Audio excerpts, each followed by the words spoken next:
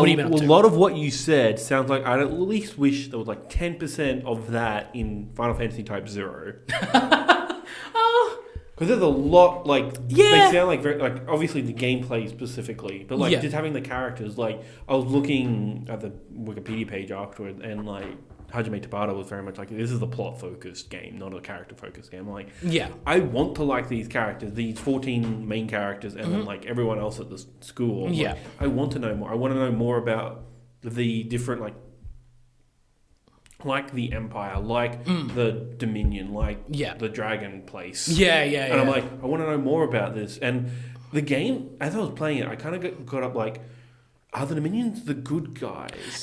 That game is so because we keep getting aspects into the villains. And like we kept getting like dialogue from them. Like, are we doing the right thing by doing all this? But then it doesn't matter because it does like the weird time loopy shit at the end. So well, there's the thing is you have to play that game like 3 or 4 different times before you actually get to the story. Like, because the ending changes every time you loop it through. There's only like 2 different endings. Oh, is there? Yeah, okay. Unless there's like specific cutscenes that change every now and then. I'm pretty sure there's like actually like there's several different endings to that game. There are, but you can get them in 2 playthroughs. Oh, okay. Yeah. Okay. But yeah, that game is. I remember when I played that game. And I played this game. Came out in 2015 for the 15 demo. That's when I played it. That's when I played it, and I remember liking the characters, like liking them enough, like being like, oh, I like this one and I like that one, and I couldn't name one for the life of me. Yeah, that's the hardest thing. Just like I got to the game, and like besides the characters that I liked and played with a lot, I could not name I don't remember who 7 is off the top of my head. Like I know Ace, Rem, Machina, Queen. And that's it, really. Oh, and Carter. I liked her gun magic. She was a gun mage, which was cool. Sure. Yep. I remember the game being like everyone plays completely differently, and like, okay, that was fun. It was cool. But boy, oh boy, do I not remember anything else about that story. Yeah.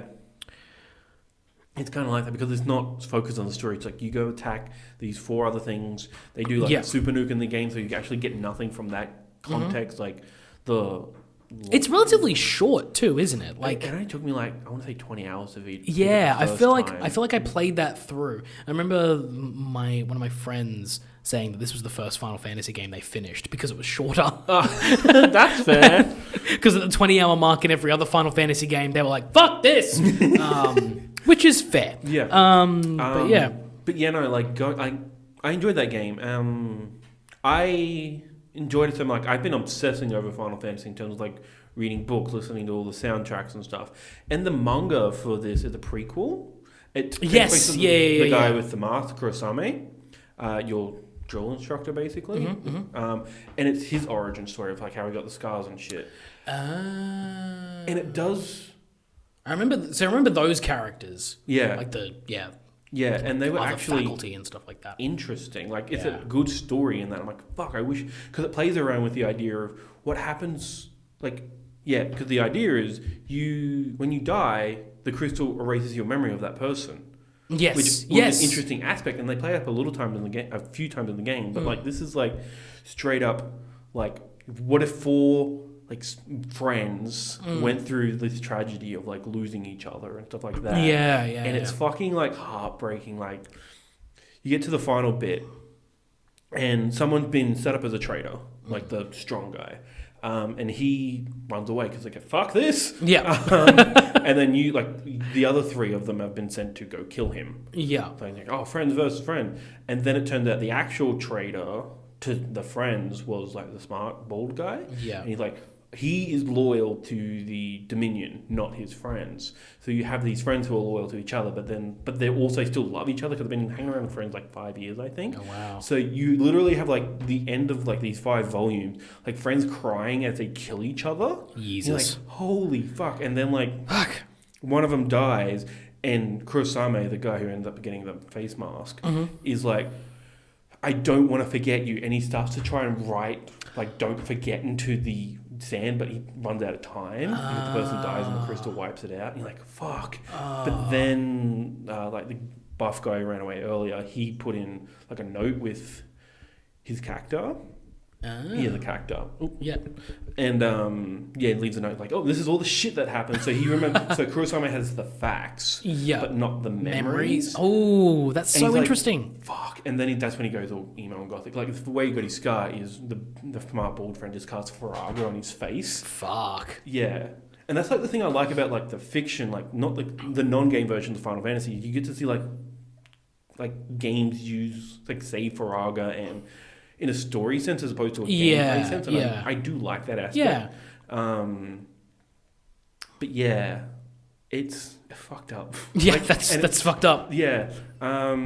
It also does how he got his Tonberry, which was cute. Oh, cool. But then it's like he got it from like this old woman in the militia place, Milites, that's what it's called.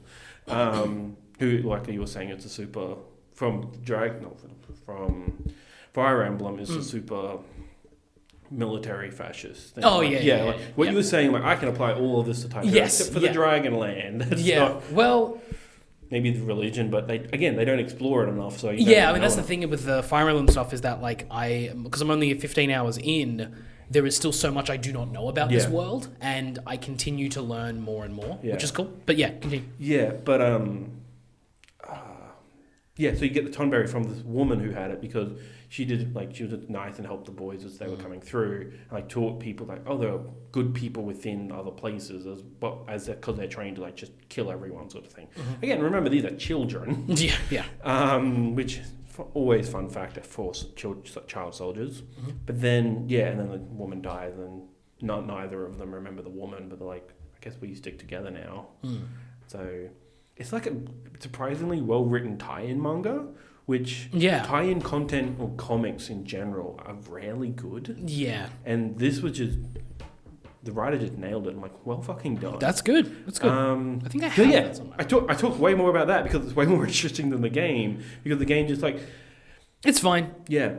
Yeah. It kinda before I started playing this game, I'm like, I would love a remake of Final Fantasy 1, but you don't know it's a remake until you get super far into the game. Yeah. And there's elements, like, to be fair, a lot of Final Fantasies are a remake of it. Yeah. But this is like has the aspect, like, you've got the 4 crystals, which in this world dominates the different governments of the world. Yeah. And then you have the time loop, which is from Final Fantasy 1. Yeah. And that's plot is we break the time loop. Yeah. That's type 0. Yeah. So it's got, like, but it's also tied into like the Final Fantasy 13 mythology in terms of you got because it's all part of Nova Crystallis. Yeah, the whole Fabula Nova Crystallis. That whole you got like Lassie, which again I like the Lassie in this game because like in 13 they're like, oh no, Lassie, we have to hunt them down. They're villains. Whereas they're the heroes. They're the superheroes of this universe. That go and attack the other people, and they're also deterrents as well. Yeah, and I'm like, I like this world, but.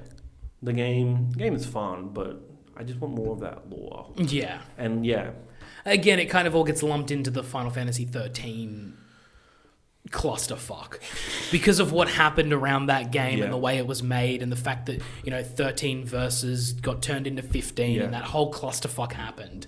Had Type 0, 13, and 13, or Versus 13 been made as they were intended, we would have had this weird sort of like Final Fantasy cinematic universe of the Fabula Nova Crystallis where you would have been like, okay, cool, so this is how these all tie together. Yeah. But they don't now because 15 is just its own fucking weird thing. Yeah.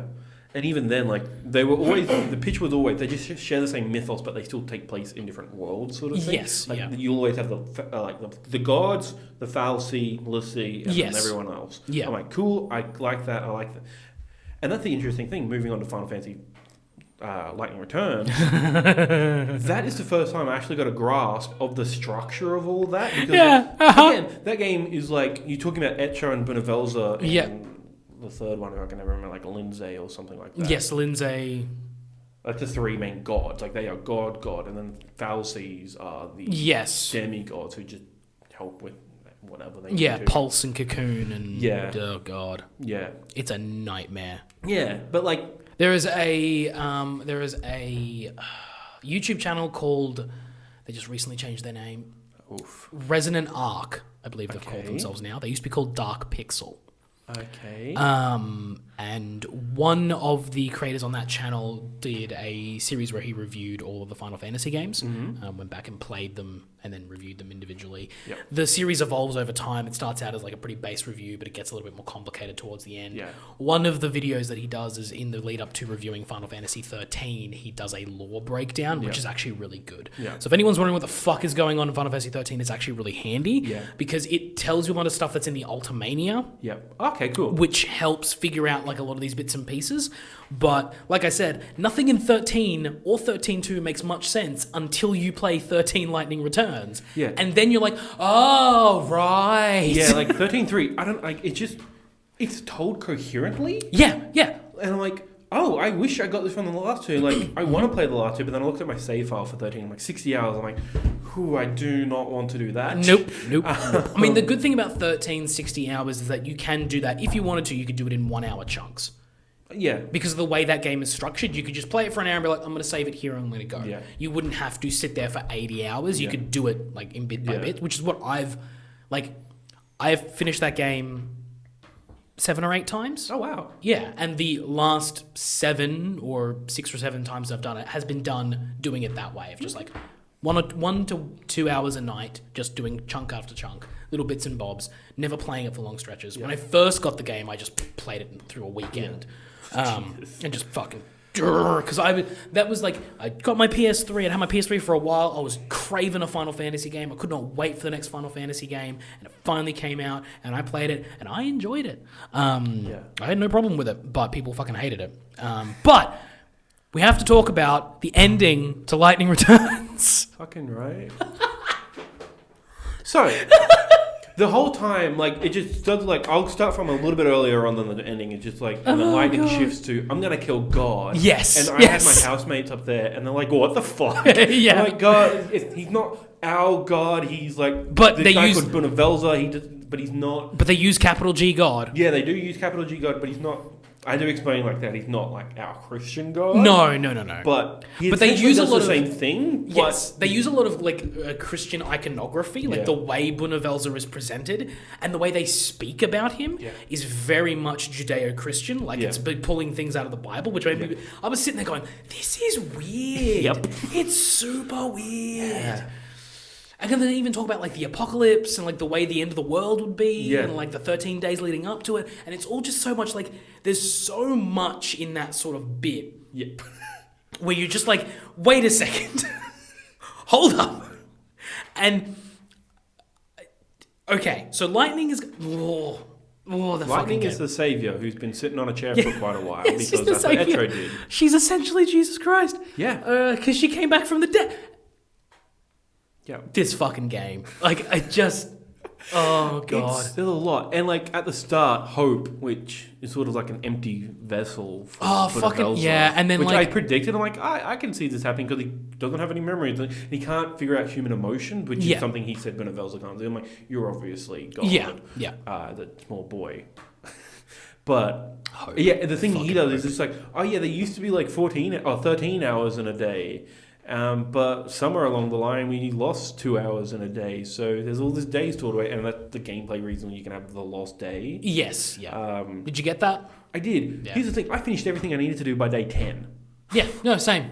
Yeah. And I'm like, I'll make a hard save just in case I do fuck up. But I'm just going to, like, sleep my way through these days. You deserve it, Lightning. Good 3 days rest. You can... That game is, like, weird in the way it's structured. Because it does the Majora's Mask thing of like ticking down clock and kind of stuff like that. But it's not difficult to just power through. No. But the thing is, I bought the collector's guide with that. So I've got the hardcover. It's really light. Really I just used IGN guides and just like... Boop, boop, boop. Yeah. There's a couple of things I didn't do, like the final Chocobo Eater like quest boss. I didn't beat that because he was just way too hard. To be fair, I wasn't really fucking around with the paradigm system, the dress sphere system. What's it called? I forget. It's called something else in that game. It is. Garb. There's Garbs and I don't know. Garment. It's not Garment because that's 10-2. Yeah. Anyway. Yeah, whatever it was. With that. I didn't really mess. I just focused everything like on my power, my stagger, my magic class, and I just went. I did mess around with that. And then towards the end, like I got to the end of the game, I was pretty well leveled, but then I just got my ass handed to me by God, and like. Just tabbed off like what's the build I need. Yes, and yeah. it went boom, boom, boom. Yeah. And I just went with that. I'm like, thank you. There was a couple of like items I didn't have, but I was like, I'll just make adjustments where needed. I remember that final boss being difficult. Yeah. Like being as difficult as a final boss as I've ever had in a Final Fantasy game. Yeah. Most Final Fantasy games, last bosses are not that difficult. They're hard, but there's usually a boss somewhere else in the game which is way harder. And if you've beaten if you've beaten the super boss, or not even the super boss, just like they'll just be like there's what's it called? Can't think of any. In Final Fantasy VIII, there's the Omega weapon. Is that just a regular villain in that? No. There's a super boss which is the Omega weapon, but then there's another version of it somewhere else in the world. I can't remember the exact what it is. There's the Omega weapon which is down in the sea ruins where you get. But there's like There's another weapon. I'll get to it. There's a couple of weapons in that game. One of them is the super boss that's like ridiculously difficult to beat and yada yada yada. But one of them is just like a regular boss. Yeah. Which is like it's more like a side quest boss rather than a super boss. That side quest boss is more difficult than Ultimecia is at the end. Okay. Like Ultimecia is tough, but just like any other boss in a Final Fantasy game, if you know what you're doing going into it, not that difficult. And the final bosses are usually you have to know the system because like with Jack, you would do a revive and heal heal on him.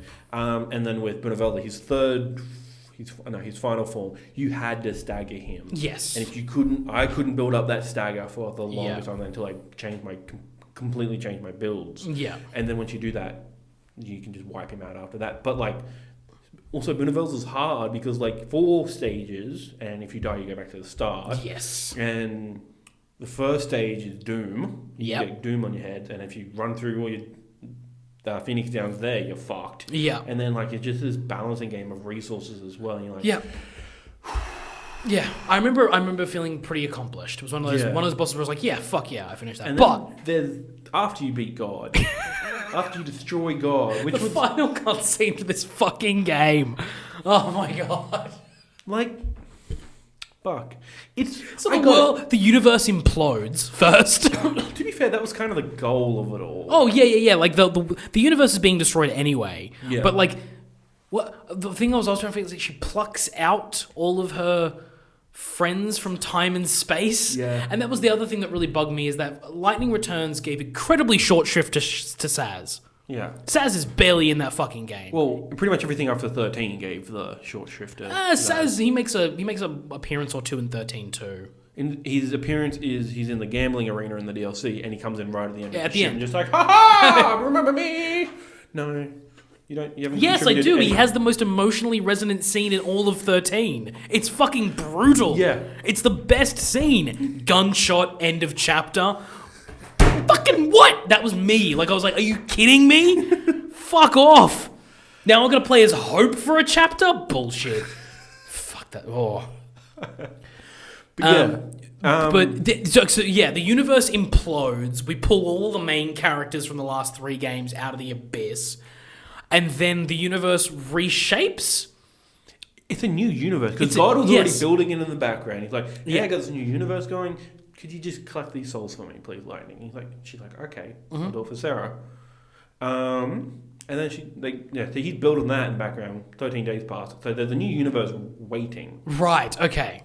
Because that's what like the new souls, like that's the point of the souls. He's putting them in the He wanted all the alive people to go over, and then all the souls to stay dead in the dead world. Yeah. So that everyone would be unburdened. Yeah. But then everyone's like, no, we kind of want the burdens. That's what makes us human. Yes. Yeah. And that was actually one of the most refreshing things about that game was that it dealt with that like negative human emotions and grief and how that's part of being human. Yeah. I actually really enjoyed that. I was like, wow, actually, like part of what being human is that, life sucks and then you die. So like that's part of it. That's part of it is the ability not like the humor and joy of life is only humor and joy because there is sadness and grief. Yeah. The balancing of those two is what makes a humanity like special and different. Yeah. And the fact that like people couldn't die either, like unless you died of like sickness or murder, no one was dying. It's such a fascinating thing. And then like you get to the end shot of this fucking game. And she's on planet Earth. In Paris, well, in France, by the looks of it. It's somewhere Eastern European, like somewhere in Europe. Yeah. Like France, Germany. It could have been Sweden or Switzerland. I don't know if it's... I'm pretty sure there's like... Is it French flag? No, it's like cafe. There's something written, I think, in French. In French? Just cafe, which... French? Could be French. But whatever it is, it's a very European-looking place, and a train goes by. Lightning gets off the train. Lightning gets off the train, that's right. Yeah. She gets and off she's the like... train. Yeah. Like a modern, not a modern, but like a mid-20th century looking... Yeah, like a passenger train. Yeah. Yeah, and I'm like... What'd she do? Like, if I recall, she smiles in the camera? More or less, she clocks the camera and then it pans away and you're like, end of game. Yeah. And yeah, I'm like... And I had to like... My housemates, they watched me do everything except beat the final battle because like I couldn't do it that night. I had to like go back and grind. And then... then I told them and they're like, it goes to Earth. And they're like, yeah. And I'm like, that's not... what Final Fantasy does. Like, they're always set on not Earth, like Gaia, Terra.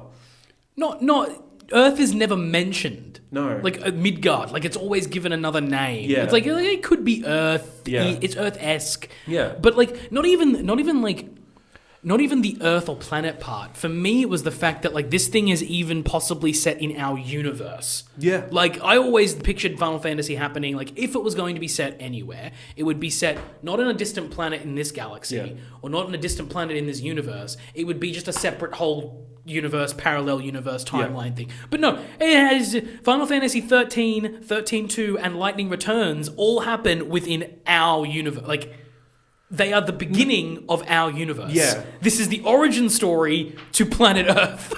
Yeah. Is what it is. But then that kind of doesn't even make sense because they get shut out in the mid-20th century or so, mid to late. And like... No. So I always thought that implied that Lightning just like...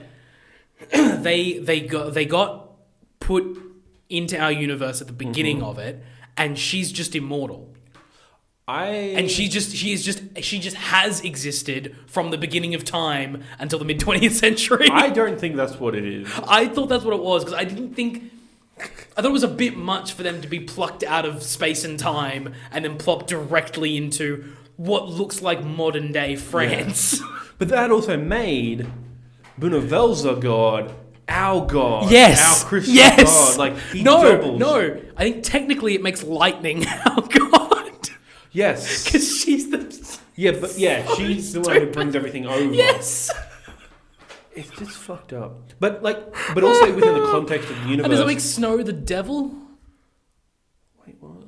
I don't know. Because he became a thief. Like, that's... No, because isn't it in Lightning Returns where he's in that fucking, like, depraved, like, hedonism world? I didn't see that. He's just in party land. Yeah. And he ran it, but... He just spends all of his life, like, drinking and fucking. Fuck Snow. I'm not a fan of Snow. God, I hate Snow. Even though I want to be, he's not. Like, I like Troy Baker. Yeah, I was going to say, I like Troy Baker, but fuck Snow. Yeah. But yeah. The other thing that, like, I guess canonically, the reason it's not timeline, like, Lightning Not Immortal, they did an epilogue book where the journalist goes around because she has, like, a memory of the past world, but only, like... No one has memories in the new world of the old world, and she just happens to remember them every now and then. And then she goes around to the 13 trilogy characters, and they all remember everything super crystal clear. And then she remembers, oh yeah, I was in the last world. So, but that doesn't mean that they didn't exist for all that time. I mean, it's sort of like they imply that they're humans, and they would just die when they get there.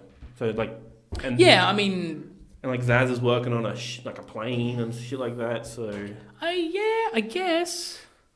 I don't know. It just seems but it just seems weird, regardless of just popping them into mid 20th century Earth. Yeah, it just seems like so long. Yeah. Fuck, that game is so... Unless it goes by the theory, or one of the theories, that's like human existence doesn't exist and your memories only exist because you were snapped in at this point and that keeps happening over and over and over again. That's a conspiracy theory of life. The only other thing I can think of is that because Bunnevelser was creating the universe in the background, the billions of years since creation up until now happened while this was happening. Maybe, and it just happened to be that the moment that lightning killed Bunnevelser was 1980. Was midday on 1997 in France. Like, it's just, I don't know. Yeah. I couldn't get over it. I sat at my computer screen for like an hour with my jaw open, just going like, what the fuck did I just play?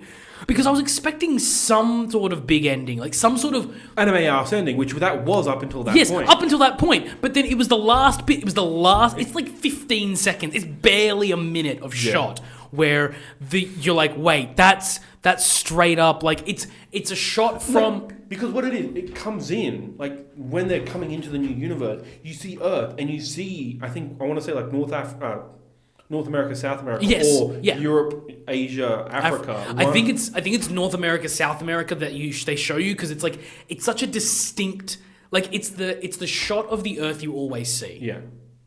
Where the second I saw it, I was like, oh, that's Earth. Yeah. What? Yeah. Yeah. God damn it. That's how that ended. Oh, that fucking game. And I'm like, I didn't wait. I didn't play this for 5 years. See what I mean, though? Like, see what I mean? Like, I played 13 and 13 too, and those were fine games, and they didn't make any goddamn sense. And then you get to the end of 13 Lightning Returns, and you realize, oh, it's the Book of Genesis. Like, how fucking insane is that? It's ridiculous. It actually kind of is, though, because, like, it starts with people... It's this weird thing of, like, 13 starts with, like, people obeying just blindly, then changing their ways and turning on it, and the world gets all fucked up. And then 13.2 is practically the flood, because the whole world gets wiped off and, like, just kind of, like, reset and reshuffled, like, via time flood. Yeah. And then you get to the end of 13, and it basically just time skips Book of Revelations. Yeah. And then we get a reset, and it's like, what is... like... And this was what I wanted to get to at this point with you, was just like, the 13 trilogy gets a lot of shit.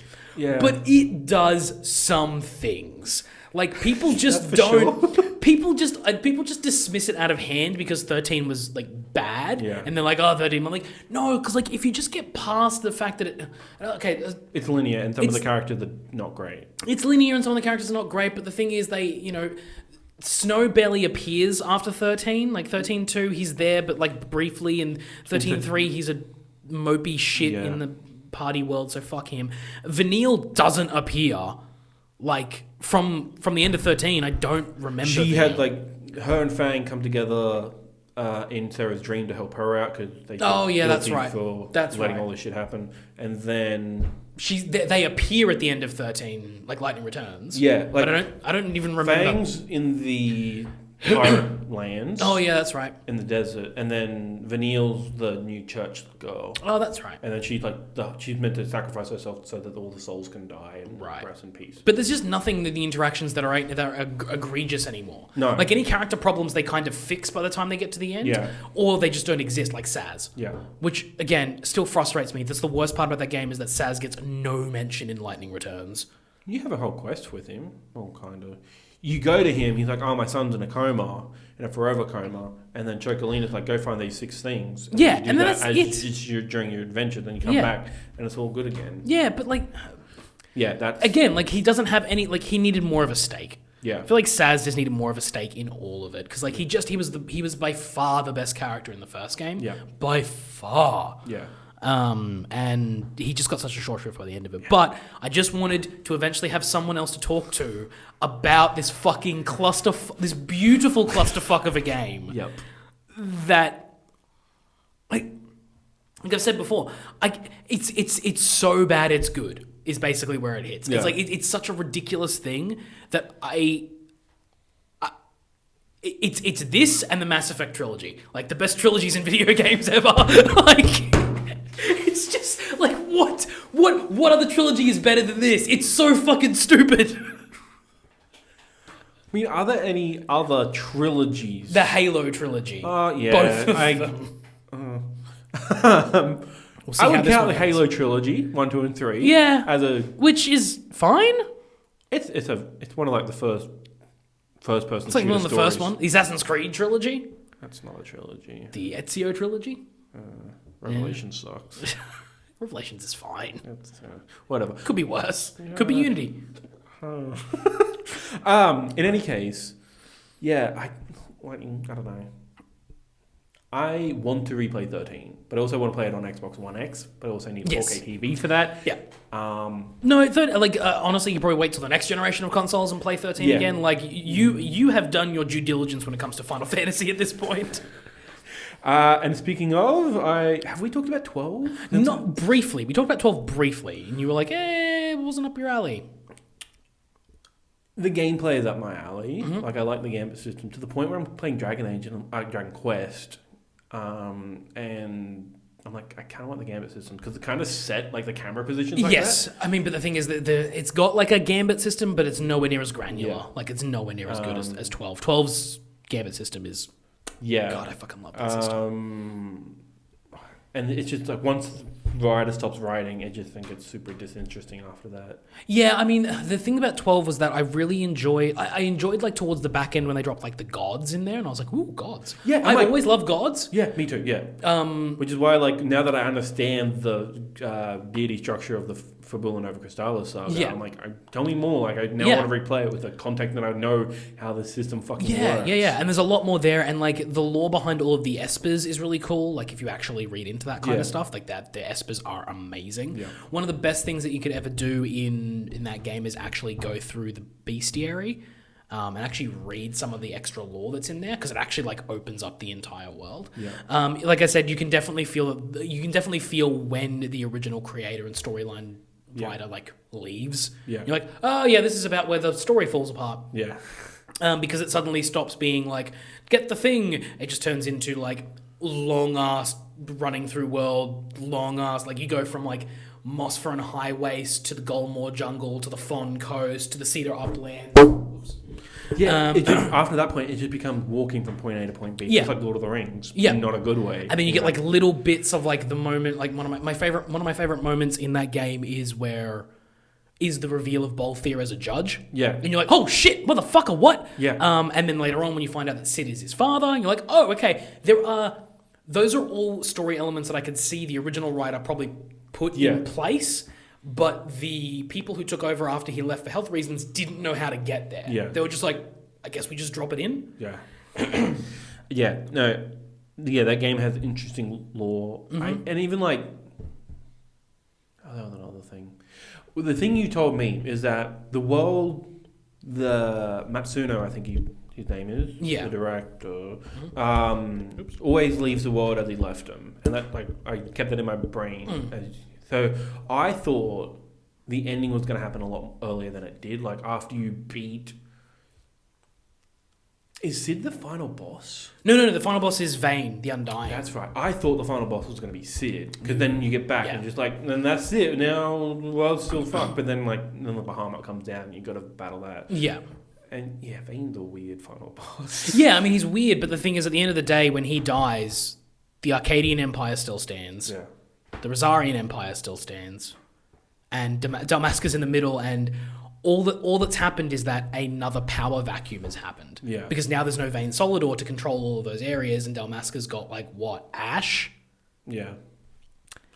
Great. Like it always struck me that when you finish that game, you're like, okay, cool. So these guys have got their revenge on Vayne Solidor for the plan he put in place at the very beginning of the game and killed him. But because all of the characters were meant to be like I could tell that this game was probably going to end up in a different way because they were meant to be all older. Like Ash was meant to be the youngest character there. Oh wow. Bolthir, Fran, Bosch was meant to be the main character of this game. And then I think they were going to have maybe one or two others, but they would all be older than Ash. Ash would be the youngest, and she would be the one with the young person with the burden of the world on their shoulders, kind of thing. Like you know. Yes, but instead of playing as Titus, you're playing as Auron. You're playing as the older, wiser, like, look, I'm trying to get you through this. You just trust me, we will get through this. But because the Square Enix marketing team wanted younger people to market towards, they ditched that idea. And I could definitely tell that this game probably was aiming more for we kill Vayne, and then Ash stands there going like, well, now what? And I could definitely see in my head the moment of Ash turning around and being like, now what? And Bash looking at her and going, now you lead. And that being the end of the game. Yeah. Because that's kind of where it feels like it ends. Yeah. And then they do the epilogue like 2 years later, sort of jump, and I was like, where is anyone? Yeah. Oh, I forgot his name. Why am I forgetting his name? Not Bash. Balthier's still alive. I'm like, who didn't see that coming? Yeah. I mean, the thing is, I don't remember the epilogue in the original. It just, she becomes queen. She's in full Gaia. What's his face? Taking his brother's armor, which I did like. Bash takes his brother's takes armor. Gabranth's armor. I did like that, like, that's the only thing in the ending is that, like, they pit them two together. Yeah. And I'm like, cool, this is interesting. Mm-hmm. Put some sort of emotional stake at the end of this game. Yeah, and it's the problem that every time Gabranth is in a scene, for some reason it's Vaughn talking to him. And that's because Vaughn's the main character, but it should never have been that way. And that's the problem, is that Final Fantasy XII is the biggest... is the game with the most potential. Yeah. Like, you look at it and go, oh, there's so much here. Yeah. And they just couldn't keep their grubby fingers off of it. Yeah. Not Vayne. Why am I fucking up everyone's names? Vaughn. Mm-hmm. They all sound the same. Yeah. Vaughn was very much the character, like, I'm here too. Yes. He's very much to give this speech and just like very pointed and political and emotional to her. Yeah. And then he was like, you killed my brother. Yeah. I'm like, he feels like that and me. Yeah. Like just that's. It just wasn't. He's not. I'm like, go away, be like Pinello. But the problem is like, again, Vaughn and Pinello inherently, in and of themselves, are not bad characters. Not bad. They're just boring in context of actually what's going on. Exactly. In the context of the story that they tried to create, Vaughn and Pinello make no difference. Yeah. They could be there, they could not. It wouldn't make a difference either way. Yeah. But because they are there, it's frustrating because they don't work with the story. Again, I like the idea of someone who has zero connection to the royalty, zero connection to the world as a whole, has no real reason to be a part of this conflict, being thrust into it. Yeah. That's a cool idea. Yeah. And it's been done well in other games. Yes, but he's just a little bit too childish to take that on. Yeah. And he plays at being a hero rather than Bash, who is a hero. Yeah. Like, dude gets framed for the murder of his king and tortured for years on end. Yeah. And still comes up to save his king's daughter and fight with her to take back his kingdom. Like, that dude's boss. Yeah. Bash. Motherfucker. And Balthier is my favorite character of all time. Yeah. Like, even in the story, which can be, especially towards the end, a clusterfuck, Balthier, every time he's on screen, he fucking steals the show. He's just perfect. Yeah. Arrogant, suave. Yeah. What's actually surprisingly good is the 12 manga, which hasn't been translated. I just downloaded it. Oh, okay. It's surprisingly good. Like, it only gets to when they get the Magicite? Yeah, the first Magicite. It only gets to that point. But, like, everything up to that, like, has interesting character development. Yeah. The weird thing they do in that is sexualize Ash. And I'm like, I know she wears a short skirt, but I did not expect that. Like, they tried to do, like, a flashback to her and, like, her getting out of, like, the bath. And she's naked, but, like, covered up in steam and stuff. And I'm like, this is Japanese. Yes, yeah, fair enough. But other than they'll do that to anything. Yeah. Yeah, and I'm like, okay, cool. But, they make Vaughn interesting. Like, he just has more character and, like, again, it's bouncing off Balthier is a little bit more interesting. And, the game as a whole it suffers from the fact that it just gives you a little bit of everything, but not the whole meal, and that's a frustrating thing. And the manga, like, gives backstory to a couple of the characters that can, like, it doesn't get through all of them, but it's like, I want to say, Ash and Balthier and maybe Bash it gets to, and it's like, okay, cool, like, we're getting a few things, but then doesn't do anything. The thing I like about Balthier the most is his mystery. Balthier and Fran is the mystery in their background, where it's like, by the time you get to the end of the game with Balthier, you're like, okay, he was in Arcadia, dad's a psychopath, he was a judge, gap. Yeah. And then he's here. Yeah. You're like, what happened in that gap? Sky Pirate. Sky Pirate? Yeah. Yada yada yada. Yeah. Like breaks into Dalmasca. Like Yeah. it's those gaps in Balthier's past that make him so fascinating. Yeah. It's like, what happened to him? Why did he turn out this way? How did he get the Strahl? Yeah. All that kind of stuff, you know. And All then will be revealed in Final Fantasy 12 Revenant Wings. no, because I fucking hate that game. Have you played it? Yeah, my brother owns it, and I played it a little bit. I fucking because it's not even the problem with Revenant Wings is they double down on the problem that's in 12, which is Varn and Pinello. Yeah. Like, hey guys, you hated them. How about a whole story where it's just them? Fuck off. Balthier gives him the Strahl for some reason, or he takes it. Or is Balthier missing in that game? Are you finding Balthier's like in the first mission. Like I downloaded an emulator, tried to play it. I'm like, I can't do this on a phone emulator. Yeah, it's like he's in the first mission with Fran. Yeah, I think they're trying to find him, or he just can't pilot it. But but then Varn takes over the Strahl, and you're like, God damn it! Yeah. Yeah. The reveal of the Strahl is one of the coolest moments in that game, though. Yeah. Where he's just like, like Han Solo-esque, like just so happy and confident in his fucking ship. And the only difference is that instead of Luke Skywalker being a bitch and being like, it looks like shit, you've got Varn being like, wow. And you're like, yeah, motherfucker. Kick this thing into overdrive. The Strahl was great in like the final like CG cinematic where it's just Star Wars. Yes, yeah. The Strahl always looks good. Like when they CG that thing, it looks so good flying through the air. Yeah. Their CG cutscenes all look phenomenal in that game. Like just pitch perfect. I gotta go finish that. Yeah. That's the best thing about 12. It's fun to play. That gambit system is great. Yeah. I would like another game with it. I would like a remake of 12 that actually has the original script start to finish. Yeah. That's what I would like. Yeah. But hey. What else have we been up to? You got a couple more games on this list. Assassin's Creed Odyssey. Oh, yeah. All the DLCs now out, all the free DLCs now out. I think there might be... They said that, like, you know, Twitter replied, just like, yeah, there's more coming, but I don't know what that means. Okay. But, like, all 11 episodes of the free stuff and all of the 6 episodes of the pay stuff, really good. You do the Fall of Atlantis, which is where the first Civ takes place, and it's all what that is. It's the first civilization storyline that takes place, but because they re-simulate it so that Cassandra can learn how to use Pythagoras' stick,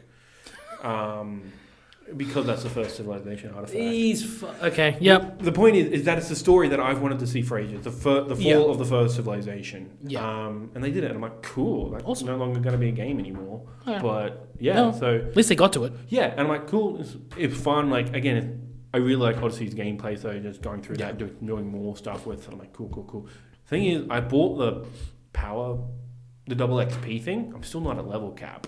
Like I played the game for 180 hours, and I'm not at level 99. Fuck that. Yeah, I'm like, that's the worst. Because the things you can do at level 99 is just go take on the mercenaries. That's like the shitty system. I can't remember what it is. Nemesis system. Yeah. So like that's pretty much the only thing I haven't done is gotten to the top of the mercenary ranks. Yeah. Whatever. It's just killing dudes. Yeah. Wolfenstein 2 caught up on the Freedom Chronicles DLC that came out. How's that? Is that all right? It's fine. Yeah. It's nice and short, which is nice, but I don't feel like I'm ever going to play a Wolfenstein game longer than its story. Yeah. Because like I played the New Order and that was it, and that was nice, and I played Wolfenstein 2 and that was it. It was nice. I'm not playing the side game. Old Blood's good. Yeah, all right. Because it goes with the shooter, and you're like, oh yeah, this is the shooter, and then you remember it's a Wolfenstein game. You get to that point, you're like, oh fuck, that's right. Shit. God. No, I'm just honestly, I'm just holding for Wolfenstein 3. Like, I just want to kill Mecha Hitler so bad. And I fucking better be able to do it. Finally powered through Devil May Cry 5. Oh, I yeah. didn't power through. I finally was in the mood to play it and got characters other than Nero, which I just found his fighting style. The thing is, they gave him his best ability when you beat the game. Like, he can go devil mode or whatever when you beat the game. Okay. Spoilers, I guess, for a game that came out in March. But still, and then you that's more interesting when you play like that. But I like playing as V. He's the guy who just summons. Yeah. He seems interesting. Like it's a different, very different style mechanic for what's essentially a character action game. Yeah. I did like that, and then playing as Dante is fun because he's Dante. He's Dante, yeah. And the story's whack as fuck. Yeah. Which was great. Good. I like the story. Like I've only played DMC 2013, but there's like a history of DMC video you can watch, and it just catches up on like all the character beats that you need for DMC 5. I'm like, cool, I know where I'm at. Going in, I'm like, cool, like revenge and stuff, and Virgil, and I'm like, cool. DMC 6, when's that? Like they tease that. Yeah. Yeah. So I'm like, cool. Hope this sold well. I think that's cool. Did. Yeah, I think it did all right. Final Fantasy 15 caught up on all the Royal Edition content. Yeah. And the episode Arden. Yeah.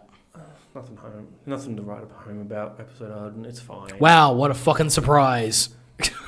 I'm sorry. He's a villain. Fantasy 15. He's an uninteresting villain. And no, he's an interesting villain in an uninteresting game. I went through a deep hole with Final Fantasy 15 and trying to figure out what the fuck happened, because I remember playing that game for 70 hours and I don't understand it. I don't know why any of it happened. I don't know why anything that happened in Final Fantasy 15 happened at all. Like, I don't get it. I just never understood it. So I went down a deep hole to be like, what happened in this game? Why am I Why does Arden care? Why is this guy all up in my grill? Like, why does he hate me so much? And I finally figured it out. And I was like, oh, this is actually half interesting, but literally none of it is in the game. None of it's in the manga. None of it's in the anime. None of it's in the movie. Like, none of it is anywhere but in, like, the Ultimania. Yeah. And maybe some side shit on the internet. To be fair, they do clarify his motivations in episode Arden. Like, his brother fucked him over. Yeah, his brother fucked him over like eons ago. Yeah. And he's immortal, kind of. And he has like the star sickness inside of him. Yeah. And he has to get rid of it. And like, cool, great motivations. Again, never explained until the DLC. Like, your forefathers fucked me over. And I'm like, I don't know who they are. I barely know who my father, Sean Bean, is. The house that Noctis is a part of, if you trace it back far enough, Arden is like the brother to the house that is currently sitting on the throne of Insomnia. Yeah. And way back in the olden times, there was some sort of sickness that came along. It's the darkness that the monsters are born out of. Yes, and they call it like star sickness or something like that.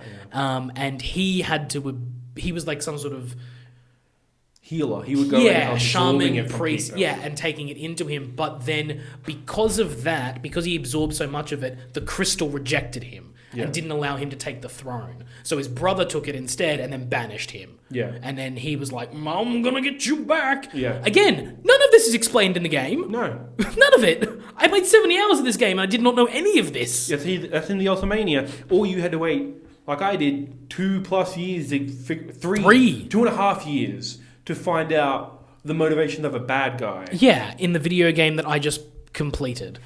I put 100 hours into that. But the other side of it was that I don't know why Arden's doing his thing, but I never knew why Noctis was doing anything either. Like, why is he going to get married? Does he actually love Luna Freya? I don't know. They claim that in Brotherhood. Do they? They like each other. They like each other, but come on. And it was an arranged marriage. So I just took But like, there's a part of me that's like, well, like Insomnia fell. And his whole thing was that he was going to get married to Luna Freya, but Insomnia fell, so like there's no obligation to go keep doing that anymore. He's on a road trip with his bros. Why didn't he just like put the thing into drive and just get the fuck out? Like GTFO, pick a direction and drive, boy. How did Insomnia fall? Like I remember all the action, but I don't remember like why? The Empire? Oh yeah, it's Empire. Always the Empire. what are they called? The Imperials?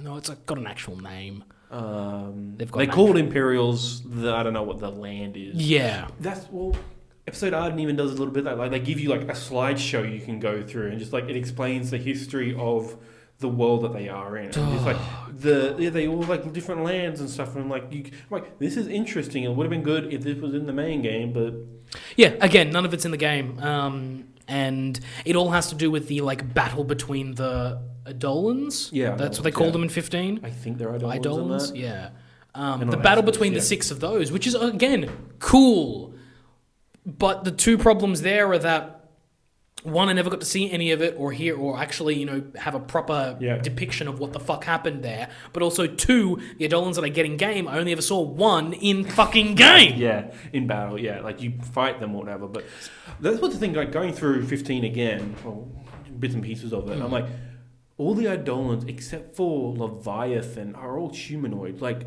they Atlas, have distinguished Rama, faces. Yeah, Leviathan, like Ifrit Shiva. and Shiva, like their faces, and they're just big humans. And I'm like, I kind of like that aspect. Oh, yeah. Like, yes, like, they're all supernatural and stuff, but, like, they're still human. And, like, yes, they did whatever the war was, which they do explain in Arden, but I couldn't repeat it. Oh, yeah. The war that happened there is, fucking Jesus Christ, like, I like that aspect. But what annoyed me about the game is that when you get to the end of it and you get to the, like, the actual, like, crux of the problem of, like, what the central conflict in Final Fantasy 15 is, the central conflict is Shiva and Ifrit. That's the reason everything is happening. Yeah. Is because Ifrit doesn't like Shiva and wants to fuck over the planet. So he set in motion this eons-long plan to get to where we're at a point now where Arden wants to take back the throne of Insomnia. Like, it's just a fucking convoluted mess, and I prefer it. I like it when the summons in a Final Fantasy game are related to the story, like they are in 9 and 10 and to a certain extent 12. There's, again, you have to read that their lore is tied heavily into the gods that they mention, but because they don't mention them properly, it doesn't kind of work. Yeah. But it is there. But when the summons are related to the actual lore of the game, I like it. Yeah. But if they're not related to the lore of the game, then I want them to just be mechanically there. Yeah. And if they're not doing it well, if they overstate their welcome, it kind of means that the characters are pointless. Yeah. So there's two things that I want. I either want them to be like 7 and 8, where they are purely mechanical, like hey, you can summon this thing. Yeah. Or I want them to be. I think 10's the best example of summons into the storyline, where like there's a reason for their existence, and that reason has a storyline implication. I just want to put a pin in that. Speaking of summons, when they summon Alexander in Type 0. Yes. I'm like, fuck, because like I'm going through all of them, and then like she's doing the summoning, getting the energy from the kids, and like the killing them. Like, Jesus Christ. Yeah. And like, I was thinking earlier, like probably 5 hours before, I'm like, oh, where's Alexander? Like, I've seen all these other summons, or like different sort of analog sort of things, and I'm like, where's Alexander? Like, he fucking sucks because hope's attached to him. Yes. There's a couple of other examples. In 9, that's where I think I feel like, Alexander. Alexander's great. Alexander is so good. Comes out of nowhere in Type 0. I'm like, holy fuck, this is the biggest version I think there is. And and he just fucking destroys that city. 8's version of Alexander might be the biggest. Okay. Because it's the size of a fucking mountain. Yeah. I don't remember the specific scale in Type 0, but like Type 0 is huge, but like Alexander in Final Fantasy 8 during the summon animation, every other summon comes apart from Eden's bigger. Yeah. Eden's the size of the universe. There's some ridiculous shit. Yep. Can't wait to play 8. Yeah, but every other summon comes into the battle screen, and you kind of get to see scale of some point compared to the characters. Alexander is just a long shot to a mountain, and then behind the mountain is Alexander, as big as the mountain, and then just fires beams over the mountain into the enemy that you've got. Yeah. So he doesn't come anywhere near. He's just you wake up Alexander, and he's like, and then it just kills whatever you want in front of him. Yeah. It's actually not that strong of a summon attacking-wise. His effects are better. Anyway. Yeah. But that Type 0 thing, I'm just like... He destroys that entire city. I'm like, Jesus. And then that's the other thing I do like about Type 0 is that the scars are left. Like when let's see you have their fight, and then when Alexander destroys that city, it's there. And it's just there. You just walk around it now. Alexander is an underrated summon and should come back. Yeah. Shiva and Ifrit are around all the time. I like Leviathan coming in and out. Odin's cool. Odin's cool. That was weird that it was the Chocobo in Lightning Returns. God almighty. I fucking guess. Yes, sure, why not? You were reincarnated as a Chocobo. Yeah. And then I didn't... Okay, quick story. The chocobo, you name it. And yes. Because it's like the bird of the chocobo of Valhalla or something. Yeah, Okay, I'll just Google Norse birds. And then the first one that came up was a rooster that signifies Ragnarok. Right. And that's what the entire story of that chocobo is. It shows up when the savior needs it. Yes. And stuff signifying, like, we had Ragnarok in 13. Yeah. Ragnarok 2? Yes. The Electric Boogaloo. So so it's just like, I'm like, I named this thing surprisingly appropriate. Yes, appropriately, yeah. Yeah. Like, weird. Odin's great. I really like his appearance in 8. You haven't played 8, have you? No.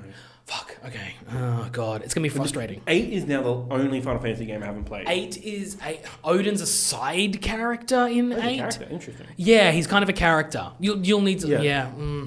2 weeks. Yeah. But yeah, there's some underrated summons, but yeah, 15 is bleh. Yeah. I don't like the summoning system. Yeah. Just let me... It's not a system. It's not a system. It's not a system. It is. It's an invisible system. I'll give it that much. But... I guess. But, like, honestly, I don't know what the combinations are, and I couldn't be bothered, and... when you're near water, Leviathan will come. Is that what it is? That's the only thing I figured. That's the only thing I've figured. But then I don't know how to get Shiva. I did one of the DLC or the new game stuff, and I got like someone from 14 now that's super airy. What? They did a 14 crossover. Oh. The game event is still a quest you can go do. And I don't know who it is, but it's someone from 14, I think. Okay. Well, 14 is just referential. But also it adds stuff. Yeah, I guess so. But like, old at this point. Yeah, the summons in 8 are a combination of some of the like good old classics, like you got your Shiva, your Ifrit. But then you get Quetzalcoatl. Bahamut, yeah. Quetzalcoatl is great. Yeah, Quetzalcoatl's great. Yeah, but you got Shiva, Ifrit, Bahamut, all those stock standard Alexander's there. But then there's some really fun ones like Brothers. Brothers are great. Pandemona is weird. God, Diablo's fun. Yeah, so many of them. Carbuncle's been in a few of them. Carbuncle's fun. Carbuncle's fun. Oh, no, he was in 6. Yeah. Cerberus. Yeah, there's some unique ones. Eden's dope. Yeah, Doom Train. I forgot about Doom Train. Like the train from 6. Doom Train. Fuck yes! Yes, Doom Train's a summon. He's a bitch to get, but yes, he is a summon. You'll want to look up because there's an item you receive randomly, and it's the only time that happens during the game where there's a thing that appears on screen, and items don't appear like that on screen at any other point in the game. It's just there, and you'll see it and you go, "What is that?" And you'll go up and hit it, and you'll get an item. And that item is a key to getting the rest of Doom Train. But the rest of it is impossible. Well, not impossible, but fucking difficult to get. So, good luck. Okay. Yeah, a lot of the GFs in that game, there are certain things you have to do. Most of them are fairly simple. It's, find them, battle them, they're yours. Yeah. But some of them are like a little bit more complicated than that, and it's frustrating. Okay. But if you get all of them, like the pulling up the GF screen and seeing all of them, they're just some of the best summons in the game. Nice. I think are just a fucking Doom Train. Oh my god. Alrighty. That's the games we've been playing.